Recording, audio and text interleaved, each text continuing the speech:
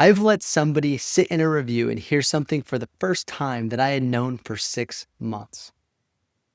And I had told myself the whole time that I was being kind. I wasn't being kind. I just didn't want the 20 uncomfortable minutes. There's a name for what I was doing, and it isn't kindness. Welcome to the Beyond Just Leadership podcast, where it starts from within and you learn to lead deeper, lead people, and lead well. Here's your host, Stephen Alfin. So let's talk about the conversation you're avoiding right now, because you know exactly who it's with. So oftentimes we sit in these meetings and we think to ourselves, why don't I want to have this? Why don't I want to bring it up? And I'm going to kind of talk about a couple of different things just to start, actually. But first, thank you for all the support. I really appreciate it. Please share this with your friends. Please subscribe, wherever you get your podcasts. Please, all the support really helps as I continue to try to reach the one more than anything else, and really put myself out there. So, why is this so hard? I'm going to go to a couple of different things that I think are extremely important as it relates to why these conversations get awkward in the first place. Because sometimes we keep telling ourselves, hey, you know what? I just want to be the nice manager. I just want to be the individual that everybody loves. And so all of these conversations get really awkward because it's a choice. First off, you can choose whether or not to make a conversation awkward or not. But also, it's really about, am I building a relationship with this person? Because if you go into a difficult conversation and you haven't built a relationship, well, 100% it's going to get awkward, because they're going to come across defensive and they're going to say, well, wait a second. Do you even know who I am? Do you even know me? Do you even know what I've been going through? And so the important thing is you have to come into these conversations. If you're a new manager, or hey, maybe you've been managing this team for a while, but you still don't know them on the level that you should, that is extremely, extremely important. And so a lot of times we think, okay, being nice. Well, I'm going to say that's the enemy in all of this, is being too nice. When I think of Kim Scott, I cover her a lot in my trainings, but ruinous empathy, it's you want to be the nice person. You want to be that good person. You want to be the person that everybody loves, like I just said. And so you just try to be nice in everything. I don't want to cause any confrontation. I don't want to hurt anybody's feelings. And so you just come across as, hey, I'm just not going to say it. But there's a huge cost to that. Because guess what? You're not sparing them. You're deciding by yourself that they're allowed to know about their own career. So think about that from the perspective of, hey, this is their own career that they're going. I don't want to input something, like it's their choice, like they can do what they want. No, leadership is more than that. And this is where that we make the mistake of not looking at the person as a human being and actually wanting to help them improve. You truly do care about them. That when you're sitting in this conversation, like I think of my kids all the time, I give them feedback because I want them to succeed. I care about their individual lives. Leadership is the same thing. If I'm withholding information from them in this conversation, that's detrimental to their career, because they could have 10 years down the road. And in hindsight, if you would have just given that feedback 10 years prior, and maybe they're on different teams at a different company, you've just hurt their career. And maybe the next manager won't say it either than the next manager. So the best thing that you can do is, because you care about them as a human being, is have that difficult conversation now. Because every week I didn't say it.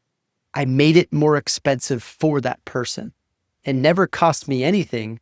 And that's the part that I got wrong, is you have to do it now. You don't wait, because that's the expensive part for that person. Like I just explained, 10 years down the road, that's huge expense of time and things that you could have expressed or helped that person achieve. And yes, it's a difficult conversation. So now here's the thing that I had completely backwards. And I thought saying nothing was the safe option. Well, let me kind of go into really quick because it's on my mind. Before I was actually going to record this episode, I was trying to think of some things, and it really hit me hard when I actually started watching the new Ted Lasso season that just came out, because this is a fascinating thing and the heart of all of this when you have difficult conversations. So there's a scene in the very first episode of this new season where basically Ted maybe it's the second episode, but Ted got asked to come back and coach the women's team. Mostly because you think of leadership, everybody kind of gravitates towards good leaders. And so no matter what he's good at, he didn't really understand soccer in the first couple of seasons with the men's team, but it wasn't about that. It was about him as a leader in general. And so the main characters saw this in him. And so that's why they brought him back after he moved back home to be with his family. They came and said, hey, how about you come coach the women's team because we're launching this women's team. And so as he enters the situation, everybody has a different thought about the current, I guess you call manager of the team. It's an individual that nobody really liked, that was very hard, they didn't understand, and came across very cold in her approach. And so Ted kind of gets in here, and he immediately wants to get to know everybody again that he didn't already know in the previous seasons. So because there's new faces, new people, this manager, this assistant coach is what I'll say. And so he immediately starts to get to know these individuals. And then finally, this individual said, you know what, this is my last day because I resigned. He was about to go interview some people, and he came back into the room, and the assistant coach was like, well, what are you doing? Why aren't you interviewing those people? Well, he basically goes on to say, well, none of them are who we actually need or want, who I want. And then he starts describing the individual in the show of who she actually is. From the short amount of time that he was there, he showed how much he cared and wanted to learn about that individual. And so everything he said to her was, well, I need somebody like this, which you are. I need somebody who has this type of experience, which you are. And so regardless of how cold she was or her style, I guess you could say, he saw the potential in this assistant manager and why this team actually needed this individual. And so these difficult conversations are very similar. We should be looking to see the potential of these individuals at all times, looking at them of who they can be in their career, where do they want to go, what type of mom or dad or spouse or partner they want to be with anybody. You getting into their life and who they are is extremely important because it helps you understand how they tick and everything like that, but also how you can then ask them, hey, going back to Ted Lasso, this assistant manager wants to become a head coach. And he knew that. And he sees that potential in this character. And so in that conversation, he always states that. He first apologizes and says outright, like, hey, you're fantastic. But he aligns his goals with this individual too, of he's going to help this individual grow into where he knows she can become, which is the biggest thing, that in any difficult conversation, if we withhold information, we're withholding their potential. That's the key in everything. And so we have to continually think with these individuals, this is really the heart of it, is something that even Brene Brown talks about a lot. And it's really just 6 words that she uses, but clear is kind, unclear is unkind. So having also clear messages to this individual and having a clear communication between them is paramount.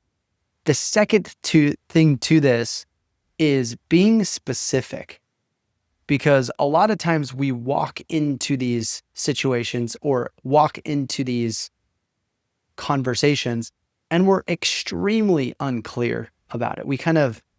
The phrase a lot of people use is you just beat around the bush. You're not actually getting to the point of it. And so I think that's extremely important. So unclear isn't natural. They build a story out of what you're kind of saying because you're not actually giving them the information they need. And so they build a wrong story around them. And here's the truth behind all of this, that nobody has ever been fired by surprise. Somebody knew, somebody always knew. And so in these difficult conversations too, if you just show up and it shows that you actually don't care and it actually sends the message to the rest of the team you don't care, if it ever came out that this individual didn't receive the feedback they needed and then they were let go, what does that say about trust for the other individuals on the team? And so it's extremely important that each one-on-one, that's why it's so sacred, is to have these difficult conversations. Be specific. Don't beat around the bush. Be careful of having too much empathy and just being too kind, because it can ruin it. It can ruin the trust. It can ruin what you hold in your hands, which is the life of this individual, of their job, their livelihood. And so it's extremely important. So here's what I would actually do now. And the first one is just a deadline. So for example, the thing that I would do now is not wait.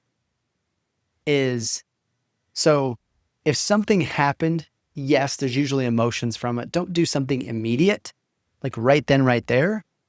But what I would do is I would pull them aside, maybe the next one-on-ones next week. That is being very quick and specific and actually putting a deadline on it.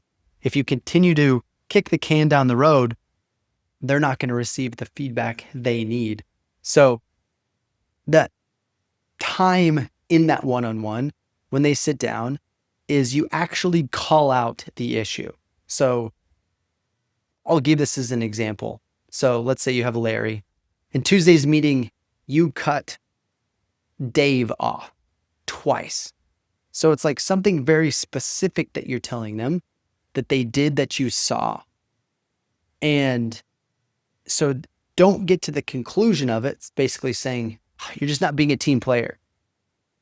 That is a little bit of you're coming up with a conclusion of they're not a team player, instead of you're actually calling out, hey, I noticed that in the meeting, you did this. And so you're giving them actual feedback of, hey, say what you saw, but then take a step back. You named the impact, then you stop talking and let them speak and write down what they say. Because I think that's extremely important, is you understand their side of it before any conclusion is made. That is the important part with any type of conversation is, yes, we assume all of these things. We want to interrupt them. We want to tell them who they are. But that's where trust is built, is you need to understand maybe there was a reason why you cut off that individual. You cut off Dave in the meeting. And it could be that maybe you were having a bad day. Yes. Should we be taking out things on other people? No. But those things are all coachable. Those things I think you can really learn about individuals so that if it ever happened again, you kind of have an idea because you know the person. You've got to know them. And I think that's the big thing. So the biggest thing that I would say is in these sacred one-on-ones, you bring it up and you're very specific, but don't get to the conclusion. Don't tell them who they are. Name the actual impact, name the actual thing they did very specifically, and then let them speak and then coach from there. I think that's extremely valuable. So I'm telling you this because I think you can do something with it. I think that's the other line you can use at the very end is, hey, I'm telling you this because I care and I think you can do something with it. So it really shows, hey, I trust you. I'm not coming with conclusions, but I trust you that like, hey, this information is important and it's going to make you better for your future, which is extremely important. So, I think that's the part that we often miss is really looking at these individuals like people as I've really built this, like all the previous episodes to this point. And I'm going to highlight, I think, the biggest thing is when you look at an individual like a human, when you look at what they're doing and you actually treat them as I care, the whole world changes. And you start this whole example, you start looking at everything differently. Coaching is difficult in this sense because oftentimes we want things just to happen overnight. We want it to happen right now. Let's fix this right now. Well, guess what? The example that I just gave of Larry calling out Dave or interrupting Dave twice, the big thing is it does take time. It might happen again. And so you leave space for the imperfection. That is the empathy piece. And so not to get confused by being too nice, because you do have to hold these individuals accountable. You can't have a toxic situation where there's always this inner fighting going on, but you do have to call it out. And when you do, then you work on it. And then each one-on-one is a stepping stone of, hey, how did we do this last week? I didn't notice that happening again. But if it does, you know what, I got your back. I understand what's going on in your life. Like those types of things really make the biggest thing. And so you got to protect those 30 minutes in the one-on-one. That's the building. That's the stepping stone each and every week. And I get it. If you can't do it every week, every other week, at least there is a consistency. And remember, do not push those. So, you didn't fight to keep that 30 minutes so that you could fill it with a status update. That is extremely important. Remember those 30 minutes. It isn't a status update. It isn't just to talk about stuff at work. It is to really understand and give really good feedback to that individual. That is the sacredness of it. And that you can build relationships that last forever. And so I know that there is somebody on your team right now who would fix something if they knew it. So please tell them, do this week, do it next week, do it as soon as you possibly can to give them the feedback to set them up for their future. Just as I go back to this episode of Ted Lasso, it's fascinating because this assistant coach started to then speak up and started to then implement amazing ideas that are helping the team get better because this character felt the confidence of the leader, of the head coach. And it was all because of the relationship building and all because he was trying to get to know this individual. So yeah, if he needs to have a difficult conversation, he can, because that relationship is built. So I will say this. A lot of things in the world are happening right now. I see headlines all the time of friends, layoffs, individuals being fired, companies downsizing, you name it. What you can do today is you can help that individual grow in their career, help them achieve what they want to achieve by telling them the hard things today. Don't wait. And then if you do have to have difficult conversations, I hope that you've built the relationships necessary so that you can help them through it. They are human beings. They are individuals that their lives are in your hands in so many different ways. And yes, you can't control every situation. You can't control what companies do all of the time. But what you can control is how your team operates, how the team feels, the camaraderie that they have. You can make a huge effect on them today or tomorrow. Every day you can wake up and decide, you know what? I know that someone on my team needs this. I'm going to give them this feedback. Do it. Don't wait. And remember to be specific about it. Don't speak in general terms, but be specific and ask them, what can I do to help? I say that a lot. What can I do to help? So again, thank you for all your support. Thank you for listening. The biggest thing that I always say is we have to lead people, lead deeper, and lead well. It's huge and paramount. PATC, it really starts with us, the confidence that we have in ourselves. And from there, once we have that confidence, and I know we're not going to be perfect and we're going to run into difficulties as leaders ourselves, but always lean back. You know what? I need to have this conversation with this individual and I feel confident about it. Go into that meeting confident, but also go into that meeting showing that you actually care about that individual and that you truly do want to make a difference in their career and in their life. So thank you for listening. See you on the next one.